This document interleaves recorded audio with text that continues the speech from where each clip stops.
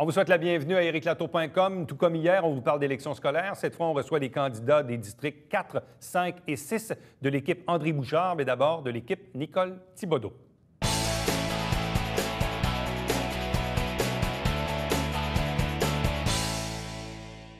Si vous étiez à l'écoute hier, on a reçu les candidats des districts 1, 2 et 3 des deux équipes qui s'affrontent à cette élection scolaire. Cette fois, aujourd'hui, les candidats des districts 4, 5 et 6 de l'équipe Nicole Thibodeau. Je vous les présente à l'instant. D'abord, Annie Ducharme dans le district numéro 4. Bonsoir. Bonsoir. De même que M. Gérard Bricot dans le district numéro 5. Bonsoir. À vous. De même que Pierre Terrien dans le district numéro 6. Bonsoir. Bonsoir et bienvenue. Un peu comme je l'ai fait avec vos collègues candidats à la dernière émission, le district numéro 4, c'est où? C'est où? OK. Mais c'est un grand territoire. En fait, il y a 8 établissements. Donc, c'est une grande partie d'Iberville, à partir de la 9e avenue, tout le territoire de Sabrevois et Saint-Alexandre. Donc, dans le fond, la portion sud. Donc, Iberville, on descend vers le sud, Oui. Saint-Athanase, Sabrevois, Saint-Alexandre. Et Saint-Alexandre aussi. Exact. Donc, 8 établissements. Donc, il y a du primaire, il y a la polyvalente Marcel Landry. Exactement, c'est ça, oui. Bon.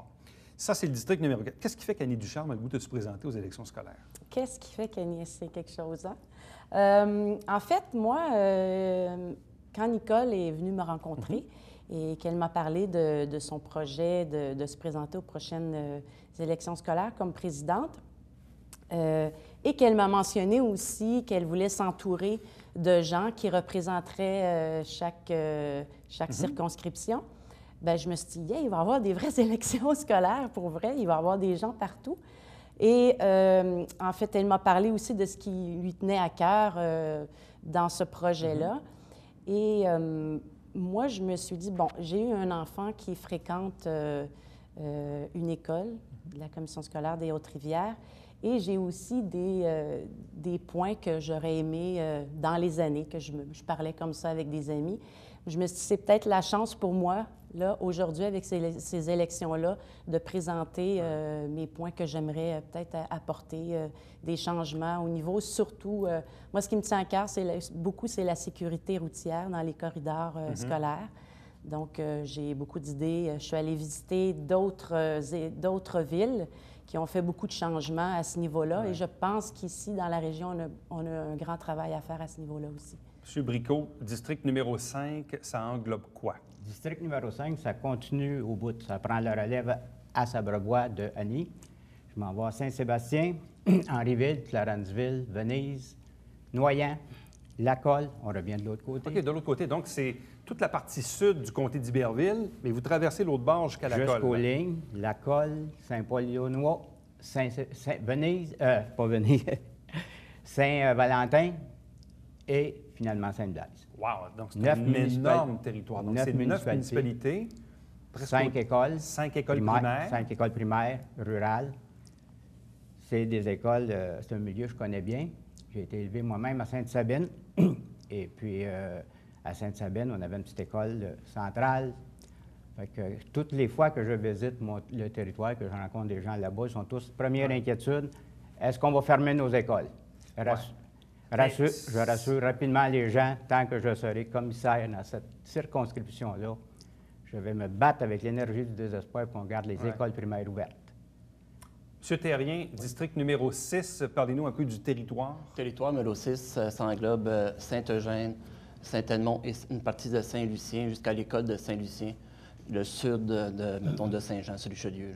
Donc, un territoire plus densément peuplé qui compte combien d'écoles? C'est environ, mettons, 7 écoles environ. Bon, on sait que notamment l'école Saint-Eugène est probablement une des écoles primaires les plus occupées là, de tout le territoire. Là. Il y avait même eu, je pense, certains transferts vers Saint-Blaise à un certain moment.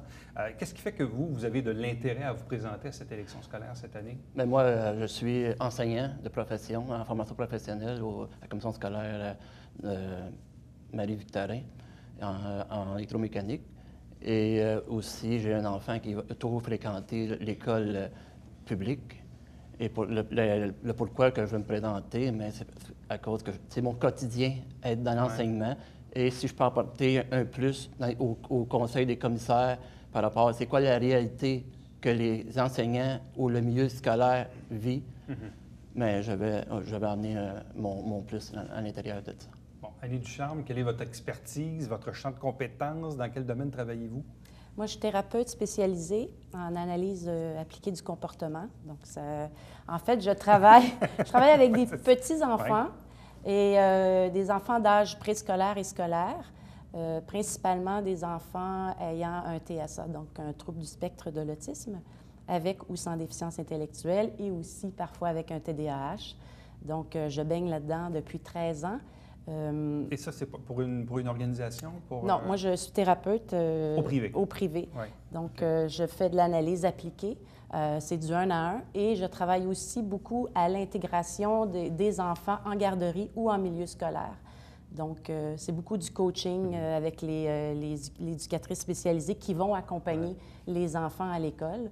Donc, vous êtes impliqué également dans le domaine des arts avec le Centre d'art à Sabrevois? Oui, je suis. En fait, depuis 12 ans, je baigne beaucoup bénévolement dans le milieu culturel.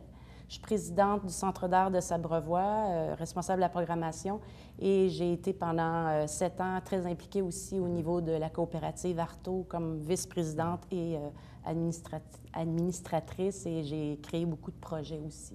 Bon. Vous, M. Bricot, vous travaillez dans quel domaine? Moi, actuellement, je travaille dans la vente. Je rencontre les gens dans les dépanneurs. J'ai eu une épicerie pendant 25 ans. Et au niveau instruction, je travaille beaucoup avec les autistes depuis 5 ans. Je donne des cours de karaté. On a fait avec mon équipe, on a monté tout un concept pour donner des cours de karaté aux autistes. Et c'est quelque chose qui réussit très bien.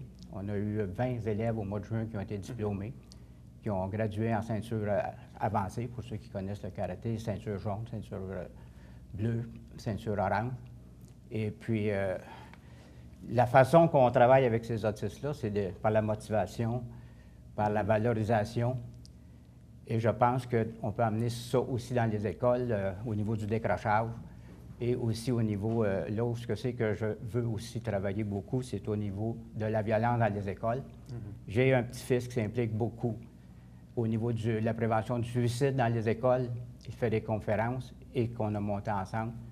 Et ces conférences-là, j'aimerais les apporter dans les écoles pour diminuer la violence, qui est augmentée encore ce matin. On me disait 50 de plus de violence dans les écoles. C'est incroyable. Il faut faire quelque chose. M. Terrien, pour vous, quels sont les enjeux dans le district numéro 6? Donc, vous l'avez dit tantôt, Saint-Eugène, Saint-Edmond, Saint-Lucien, là, principalement. Bon, entre autres, autant où du côté rural, des fois, il y a peut-être pas assez, il y a moins d'élèves dans les écoles, autant dans le milieu urbain, c'est un peu différent. Entre autres, Saint-Eugène, c'est un quartier qui se développe encore au niveau domiciliaire. Donc, pour vous, c'est quoi les enjeux dans le district numéro 6? Bien, il y a je pense, trois gros enjeux par rapport à notre district 6. C'est le corridor scolaire. C'est par rapport à la sécurité des enfants. Je pense qu'il faut travailler étroitement avec la ville, avec les conseillers de la ville. Il faut avoir une bonne relation avec les gens de la ville par rapport à faire ensemble un moyen pour que les enfants soient protégés dans les rues. Parce qu'à Saint-Jacques, si on prend comme les quartiers de Saint-Lucien, les gens ils se plaignent comme quoi ça roule vite. La même chose, point de vue Saint-Joséphine d'Endurant et Brune-Choquette. Et la même chose aussi à Saint-Eugène. Je pense que ça, c'est un gros défi là, à relever avec les conseillers municipaux du secteur pour faire en sorte qu'on peut travailler ensemble par rapport à ça. C'est faisable parce qu'on peut le voir dans d'autres municipalités. Ce travail-là a été fait, puis on voit... quand on approche d'une école primaire, on voit qu'il y a une école primaire. Il y a tout ce qu'il faut en place. Donc, c'est faisable de travailler aussi avec la municipalité pour faire des changements à ce niveau-là. M. Bricot, c'est quoi l'importance dans une communauté comme Clarenville, comme Saint-Blaise, comme Saint-Paul, comme Saint-Valentin, d'avoir son école de quartier, dans le fond? Avoir un grand sentiment d'appartenance, ça, je pense que c'est important dans les petites municipalités, à notre école, à notre paroisse.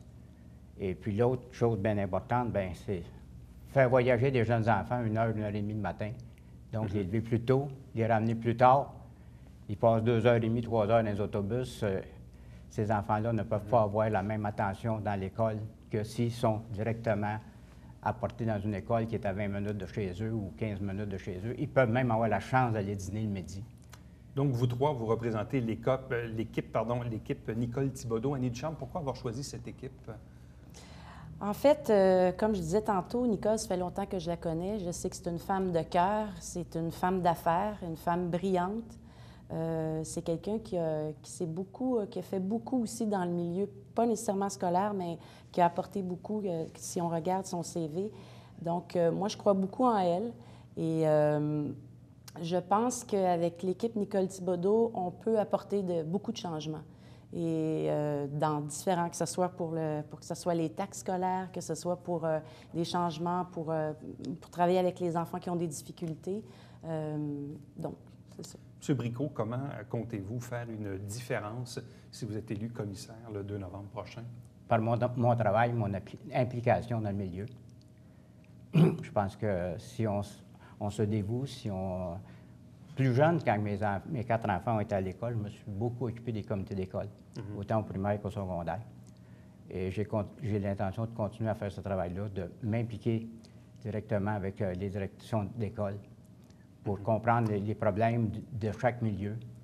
Et on comprendra qu'à Saint-Valentin ou à la Colle ou à Noyant, les problèmes ne sont pas les mêmes. Il y a quand même des classes de gens qui sont différentes. Et puis... M. Terrien, à vous le mot de la fin. On le sait, les commissions scolaires, dans l'opinion publique, là, on entend toutes sortes de choses. Même les gouvernements envoient des drôles de messages, disent au monde, si vous n'en voulez plus de commission scolaire, n'allez pas voter. Mais là, en même temps, visiblement, il y a 2 équipes qui s'affrontent. Il y a même des candidats indépendants. Il y a un engouement, visiblement, pour occuper ces sièges. Il y a une démocratie qui est toujours en place, qui est la démocratie scolaire. Qu'est-ce que vous répondez à ces gens-là qui ont un doute sur le bienfait ou non de l'existence des commissions scolaires? Bien, moi, je crois qu'il ne faut pas avoir un doute pour aller voter. C'est que le gouvernement a envoyé un message d'aller voter et c'est aux citoyens d'exercer le droit de vote et d'aller pour aller voter pour une personne qui pense qu'il peut le représenter le mieux possible. C'est dans ce sens-là. Et non, parce que les commissions scolaires, ils ne feront pas demain matin.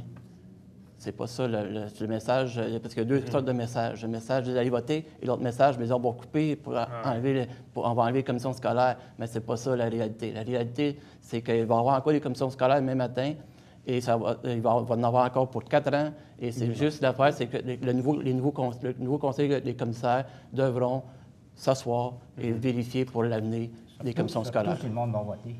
À vous 3, merci infiniment. Bien, merci. Donc, un gros merci, bonne chance à vous. Merci. Restez avec nous, puisqu'au retour, on reçoit les adversaires, donc des candidats 4, 5 et 6, mais cette fois de l'équipe d'André Bouchard. Au retour.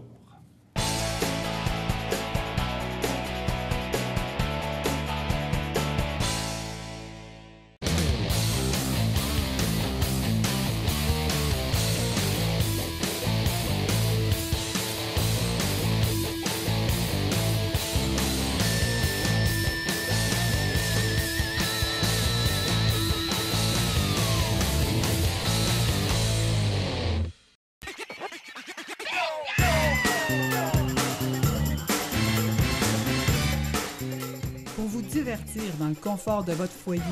Télébingo, TVHR, tous les dimanches matins, 9h30, avec votre meneur de jeu, Alain Rameau. C'est un rendez-vous.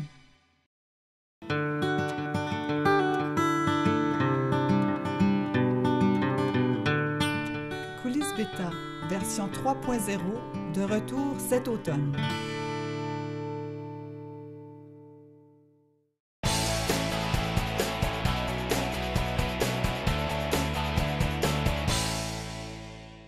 C'est bien sûr le temps des élections scolaires. C'est le dimanche 2 novembre et la semaine précédente, c'est le vote par anticipation. Visiblement, il y a un engouement dans notre région ici au sein de la Commission scolaire des Hautes-Rivières. Il y a 2 équipes qui s'affrontent. Dans les 10 districts, il n'y en a plus 21, il y en a maintenant 10. Il y a une élection à la présidence au suffrage universel, mais auparavant, il y avait 21 districts. Donc, il y a quand même un gros changement.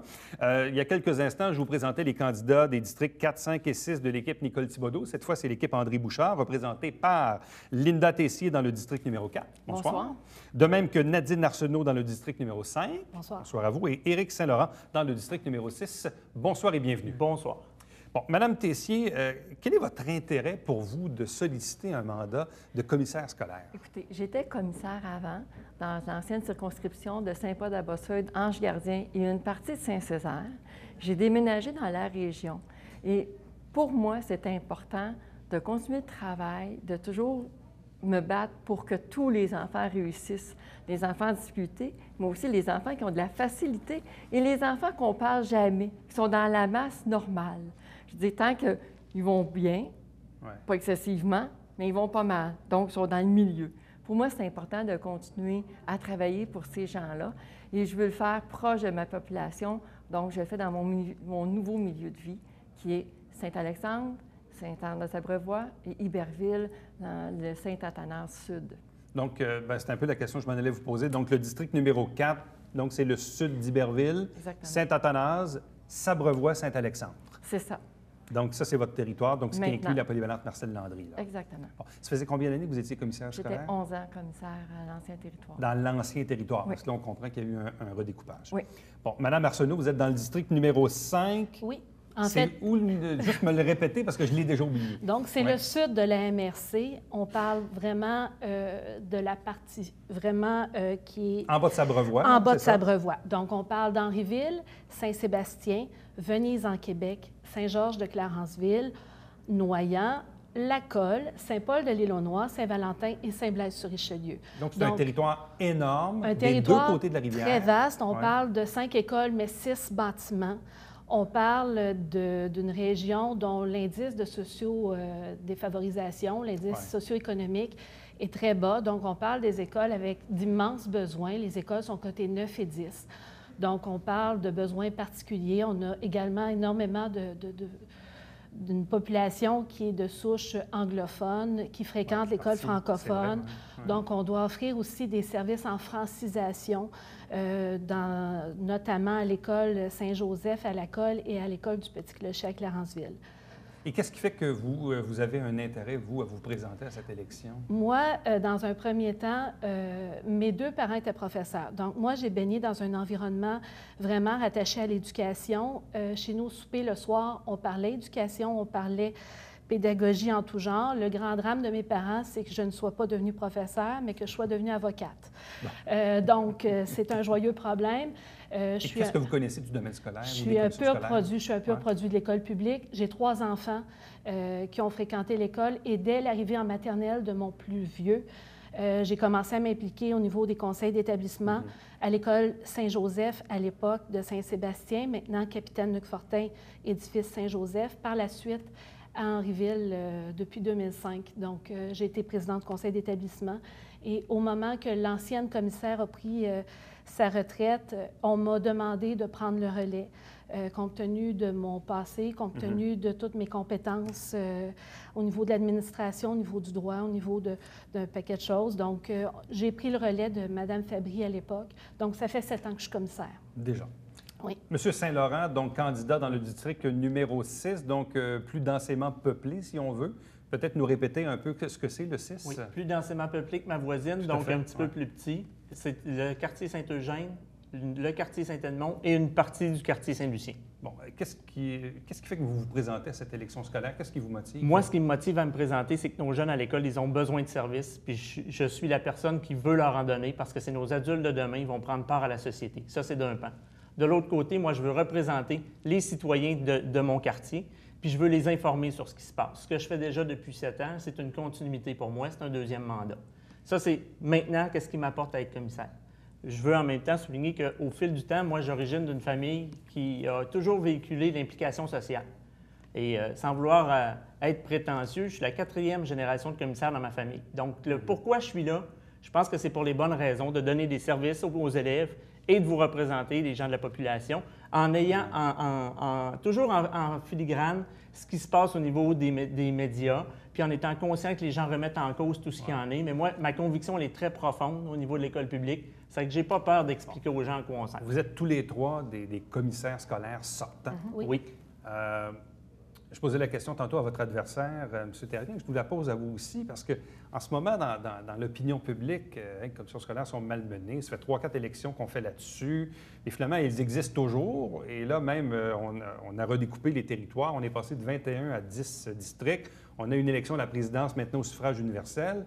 Tout le monde pensait qu'il y avait un désintérêt de la chose scolaire. Comment peut-on expliquer, là, vous connaissez le domaine, comment peut-on expliquer qu'à cette élection-ci, je comprends que ça fait 7 ans qu'il n'y a pas eu d'élection, là, mais pourquoi il y a un intérêt soudain pour la chose scolaire? Bien, moi, je vois 2 choses. Les gens sont conscients qu'on vit dans un contexte économique pas facile, Puis la priorité pour réussir à passer au travers, qu'on regarde peu importe à quelle époque c'est arrivé, c'est par l'éducation qu'on réussit à améliorer notre sort économique.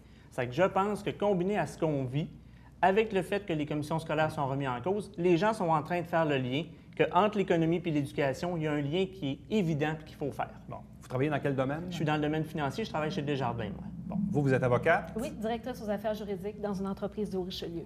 Et vous, Mme Tessier? Je travaille avec l'Office d'habitation, l'Office municipal d'habitation, donc les HLM. Bon. Évidemment, c'est un drôle de contexte, comme je le disais tantôt, par rapport aux élections scolaires. Quand vous dites aux gens que vous êtes commissaire scolaire puis que vous vous représentez à l'élection, ils vous disent quoi dans votre entourage? Écoutez, il y a des gens qui me taquinent puis ils me disent que je fais rien. D'autres me disent qu'ils comprennent tout le travail que je fais. Je représente aussi la commission scolaire au Centre de prévention suicide du Richelieu. Je suis depuis plusieurs années la présidente de ce conseil-là.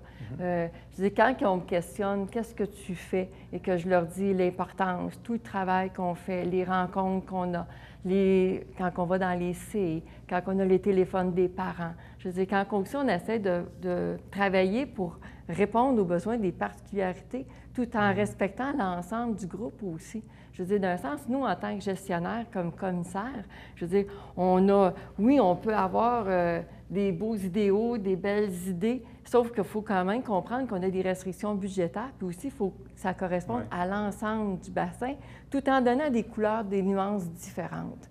Donc, mais les gens, moi, je vous dis, je fais du porte-à-porte et les gens sont heureux et sont fiers de pouvoir dire qu'ils vont parler cette année.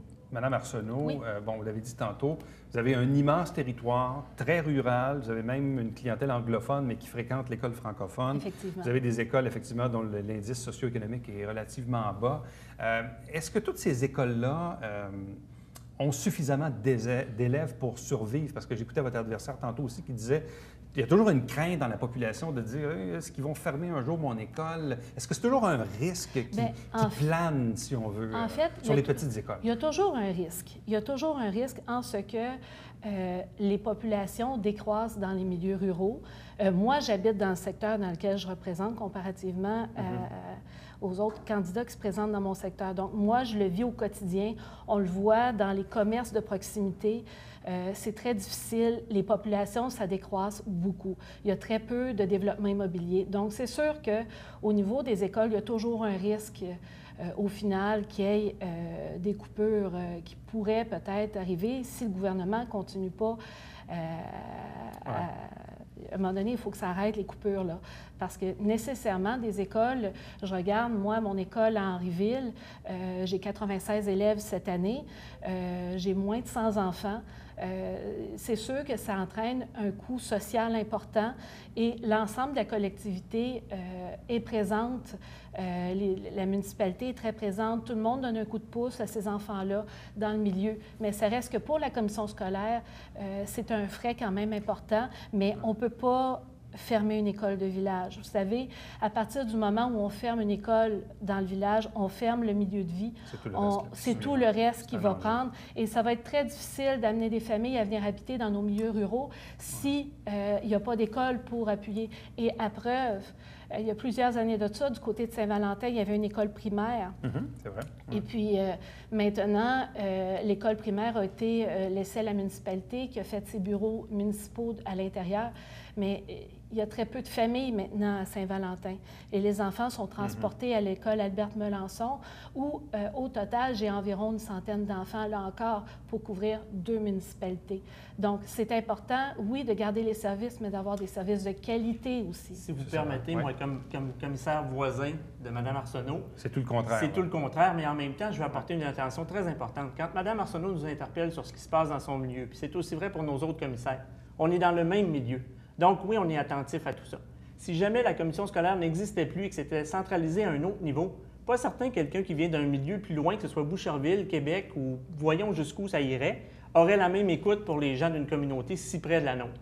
Donc, dans un contexte, quand les gens demandent à quoi ça sert un conseil des commissaires, c'est de baigner dans ce qui se passe dans la réalité de son milieu. On est un agent économique sur le terrain. Donc, vous avez vraiment l'impression d'influencer des décisions qui ont un impact sur la communauté. Effectivement, là. oui.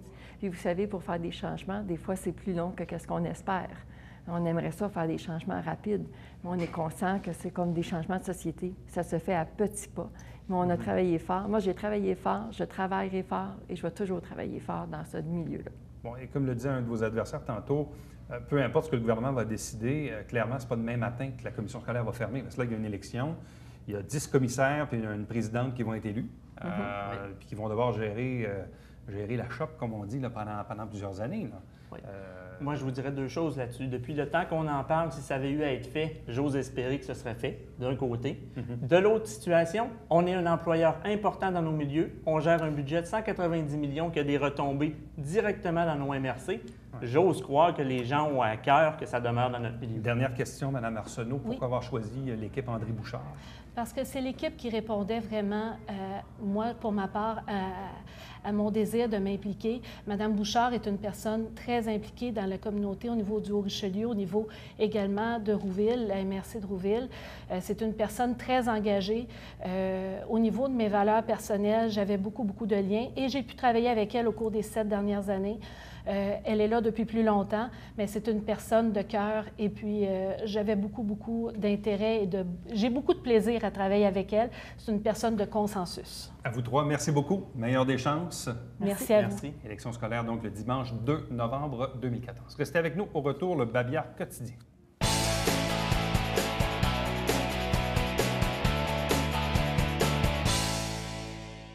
Il y aura une collecte spéciale pour les feuilles mortes du 10 au 17 novembre. C'est par municipalité. Bref, pour connaître la liste et les modalités, allez sur compo.qc.ca. À chaque semaine, on vous présente l'émission Saint-Jean-sur-Richelieu. On vous résume les travaux du Conseil de ville. N'oubliez pas notre télébingo tous les dimanches matins à 9h30 en direct avec 3 500 $ en prix. La carte pleine est à 2 000. Et puis, il y a une trentaine de dépositaires dans la région que l'on diffuse, que l'on dessert pour acheter vos livrets et vos cartes de bingo. Prochain rendez-vous, c'est demain. Bye-bye.